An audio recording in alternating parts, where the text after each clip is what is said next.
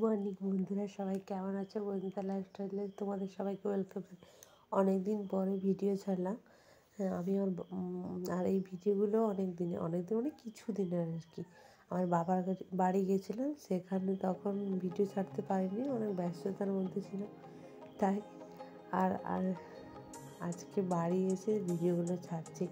তো আমি আমার দিদির বাড়ি গেছিলাম, দিদির বাড়িও ওখানকার কাছাকাছি গেছিলাম, ওদের ঘরে নিমন্ত্রণ ছিল আমাদের।